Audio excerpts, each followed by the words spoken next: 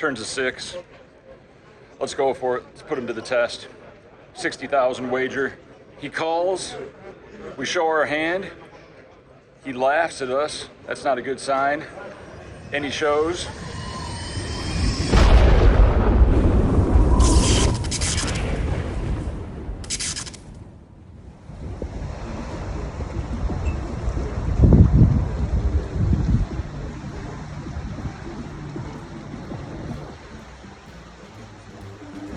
Vlog. Coons of the vlog. Not the animal.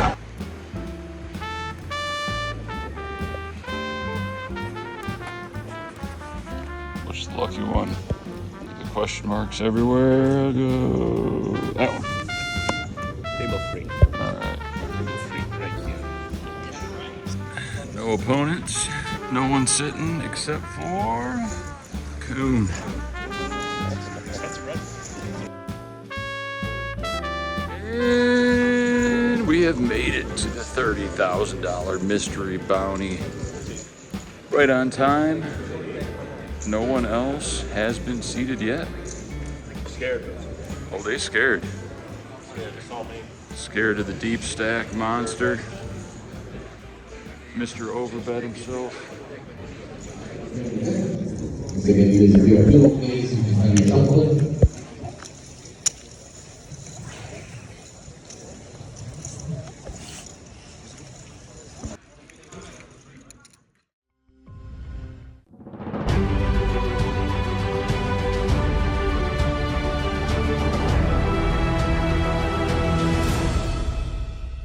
An absolutely jam-packed festival. Thrilled to be bringing you this coverage yet again from the luxurious Marriott Royal Diamond Hotel.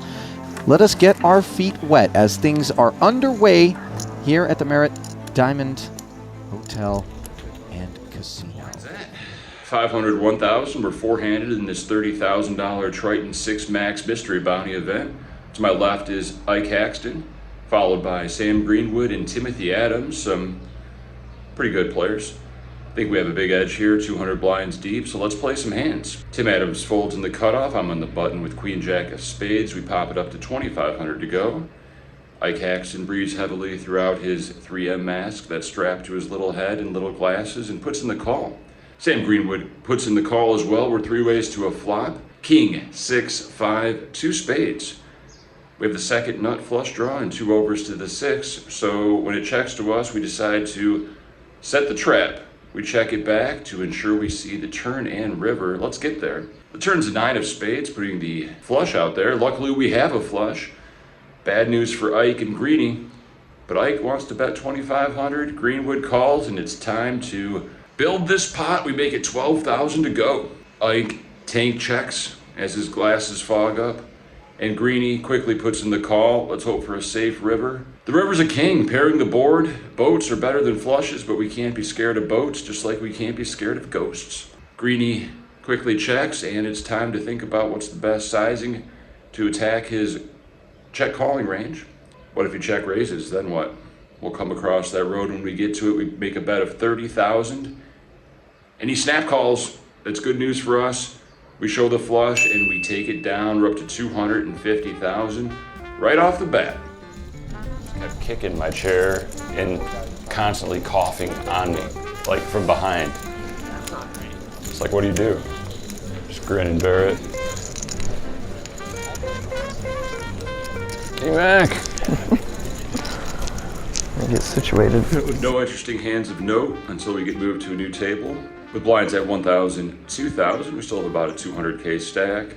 We're joined by D-Mac, ACR Stormer, who won the $100,000 package. Henrik Hecklin, OG cash game legend. Nikita Nicotina, a female I have no info on. And a few other Euros. Action folds to me on the button. I look down at Ace Deuce of Diamonds, worthy of a $5,000 raise. Small blind folds, and Nikita Nicotina, sounds like a fake name, puts in the call. Flop comes 9, 5 deuce. They check. We could bet to protect against overs sucking out on our bottom pair, but we effectively have ace high in terms of hand values, so we check it back.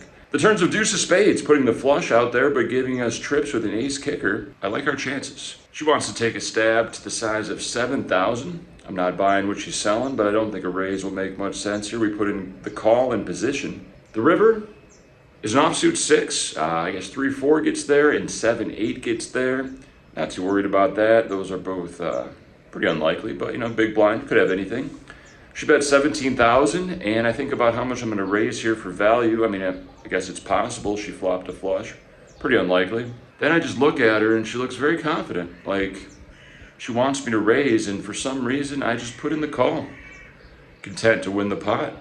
Don't know how much more value we can get. Might be beat a small percentage of the time. And she shows the 7-8 with 1 spade. So she did have some outs, and she got there. And I guess we lost the minimum. Mad I lost the hand, but glad I didn't raise. And we move on to the next hand. My turn.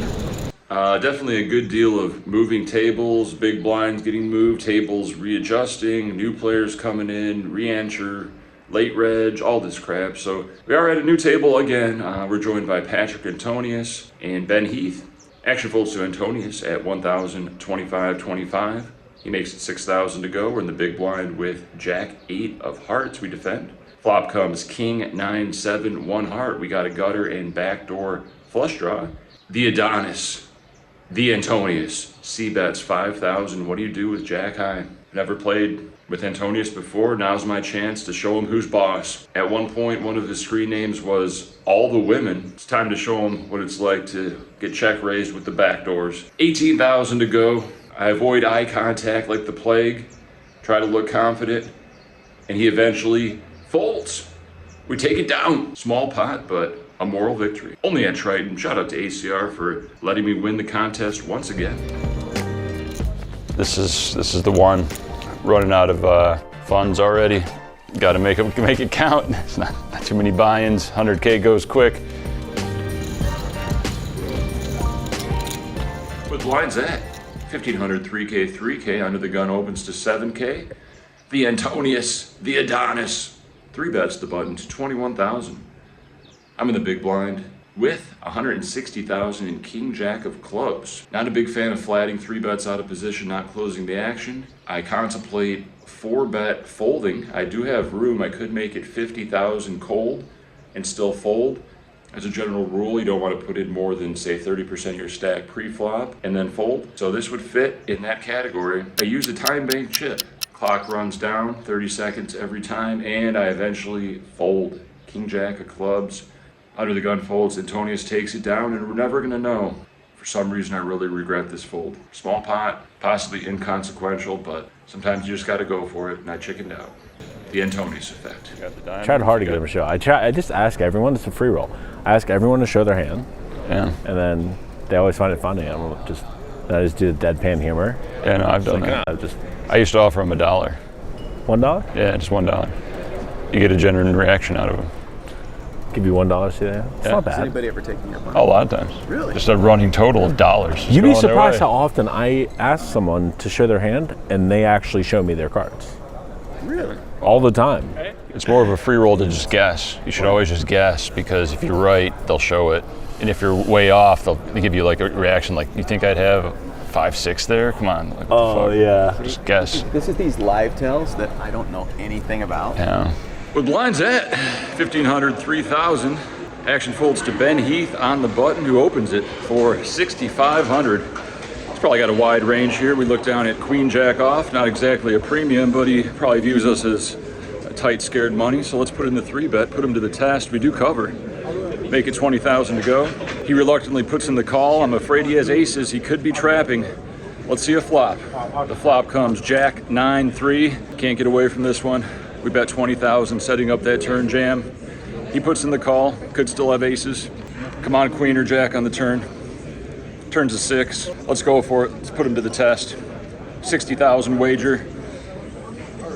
He calls. We show our hand.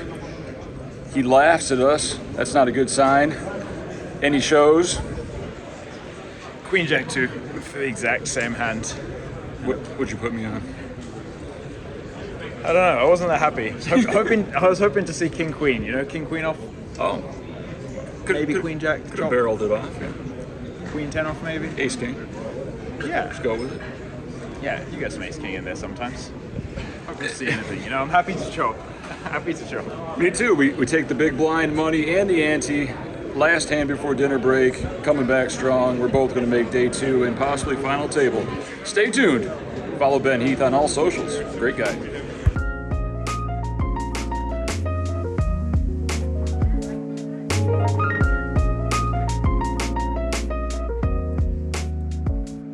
Enjoy a nice fish dinner with a cafe latte to wash it down with the ACR crew, and come back to 2,000, 4,000. We're still shorthanded. 5 people at the table. Ben Heath opens under the gun to 8,000 off of a about 100K stack. We do cover by about 40,000. Look down at Jack 10 of clubs next to act. Could 3-bet, could call, could fold. This time we decide on a call. Jack 10 suited, a good equity hand, flops well. We're heads up to a flop of 10, 7, 6, 2 spades, 1 club. He checks. I think he's going to be checking a lot of his overcards that did not hit this board. Maybe hands like pocket 8s, pocket 9s, ace 7, ace 6. So it's time to go for value. I bet 11,000 and he puts in the call. The turn's an offsuit 3, 4-5 gets there. Don't put that in his range. So I think we got to go for value once again. 22,000 is the price. He thinks about it for a long time and eventually shoves all in for 85,000. What's he repping? Aces? Top set? What hands is he check calling, check shoving on this board? Ace X of spades, pocket 8s, pocket 9s, ace 9? I'm not loving it, but with top pair on this board, we get a pretty good price to call, so we do put in the call. If we're wrong, we still have 40K behind. Ben Heath shows us the bad news, which is King 10.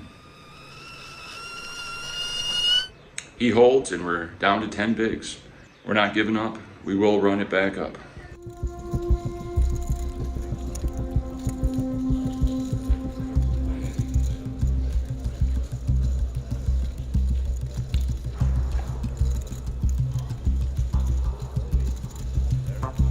With a $5,000 big blind, we're 5-handed.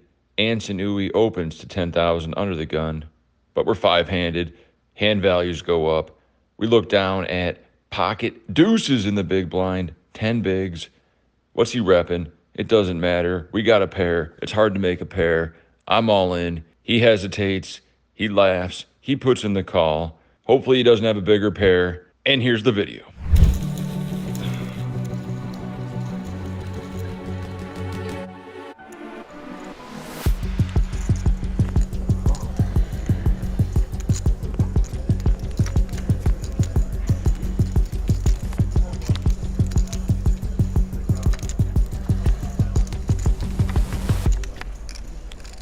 Good game. Good luck.